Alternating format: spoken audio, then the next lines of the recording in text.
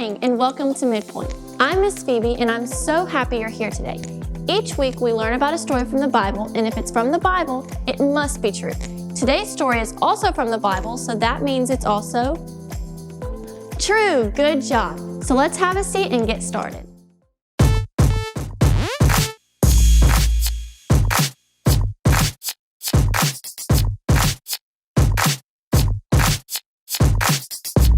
By faith, not by sight.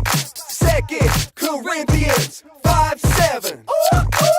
I live by faith, not by sight. 2 Corinthians 5:7. Faith comes by hearing, and hearing the word of God. Use your faith, believe and speak. Faith is like a seed, make it grow, make it grow. Faith is like a rope, don't let go, don't let go. Faith comes by hearing, and hearing the word of God. Use your faith, believe and speak. Faith is like a seed, make it grow, make it grow. Faith is like a rope, don't let go, don't let go. Get loose.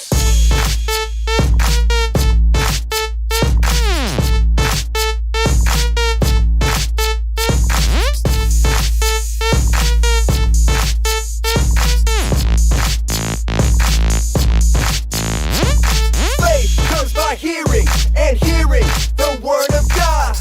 Use your faith, believe and speak. Faith is like a seed, make it grow, make it grow. Faith is like a rope, don't let go, don't let go. Break it down.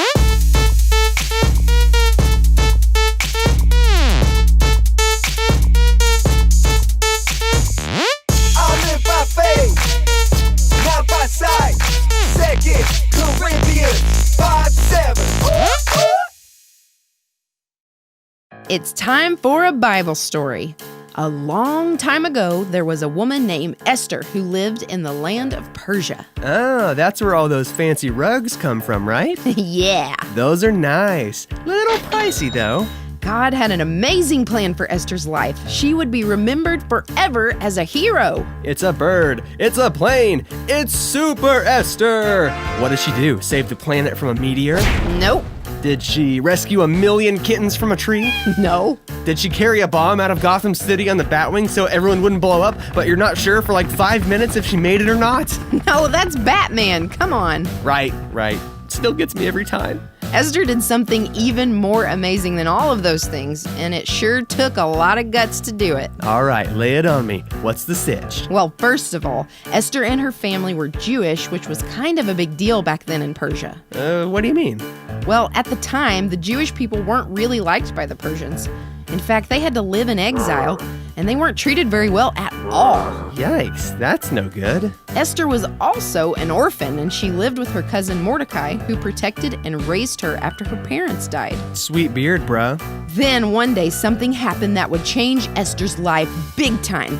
The king of Persia wanted to find a new wife, so he put on a huge beauty pageant where the winner would become the queen. Wait, really? That's a pretty weird way to get hitched. Like, congratulations, you're the new Miss America, and we're married.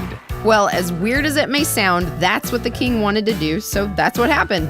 Women from all over the kingdom were there, but there was only one that the king favored. Paula Deen. What? Yeah, think about it. He would eat like a king. Well, I mean, I guess he's already a king, but think about how awesome every meal would be. Breakfast, bacon. Lunch, biscuits and gravy. Dinner, butter bacon biscuits with a side of butter. Come on, Paula Deen wasn't around then. This happened like thousands of years ago. Esther was very beautiful, and God gave her favor in the king's eyes, so just like that, she won the pageant. Wait, so Esther became the queen of Persia? Yeah. Okay, that's cool and all, but didn't you say that Esther was Jewish and that, like, the Persians didn't like Jewish people? That's true, but the king didn't know that Esther was Jewish. She didn't want him to find out because she didn't know what would happen to her. So she kept it a secret and never brought it up. Okay, so like now she's the queen. Crazy. Is that it? No way. This is where the story really picks up. There's another guy that works for the king named Haman, and he's a pretty bad dude. He hates the Jewish people, so much so that he actually brings an idea to the king that would be terrible: to kill all of the Jewish people. Whoa, that's really rough. Like, surely the king doesn't go through with it, right? Actually, Haman gets the king to agree and sets the plan in motion. Wait, but if all the Jewish people are killed, that would be horrible. They're like God's chosen people, aren't they? And that's where Jesus would eventually come from. This can't happen. Somebody's got to do something. And that's where Esther comes in. She can't stand the thought of seeing her people get wiped out by Haman's awful plan, but she doesn't know what to do. I know what she should do. Time to lay down the law and tell the king not to do it. She probably kicked into mama bear mode and was all like, "Listen here, buddy." Let me stop you right there. Keep in mind that this is like ancient Persia. You couldn't just approach the king whenever you wanted to, even if you had a reason. Anytime someone would just pop off to the king, they'd usually get a pop off themselves. Ah, gotcha. So I guess she's in a pretty tough spot, huh? Totally.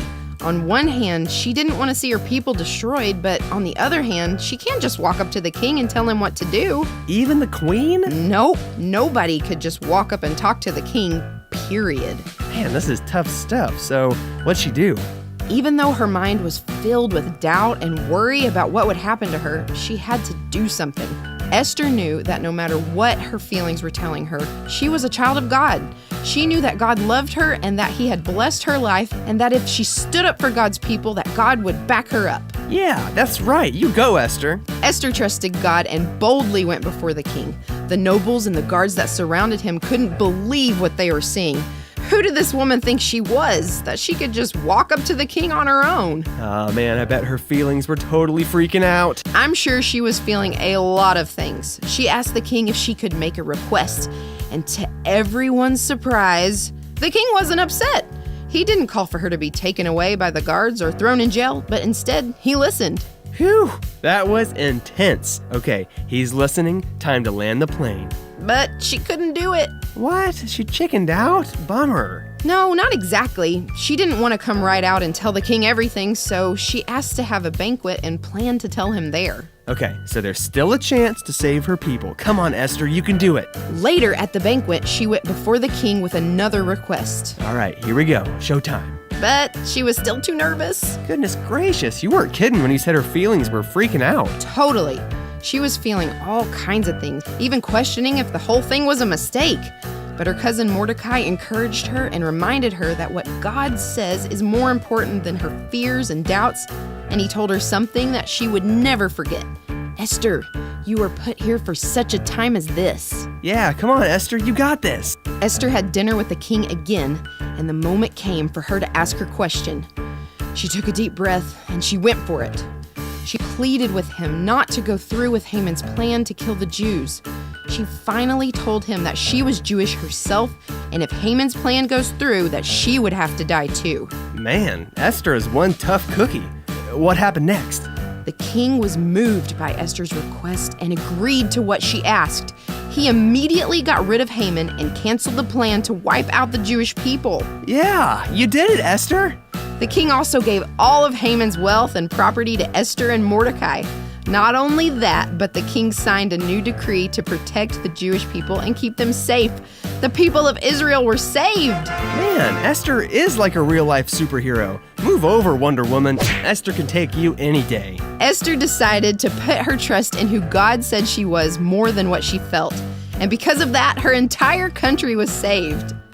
The end. I really enjoyed today's story, and I hope you did too. The great thing about the Bible is that it's literally a big instruction book, so we know what to do in life. God loves you, and I love you, and I can't wait to see you next time. Bye!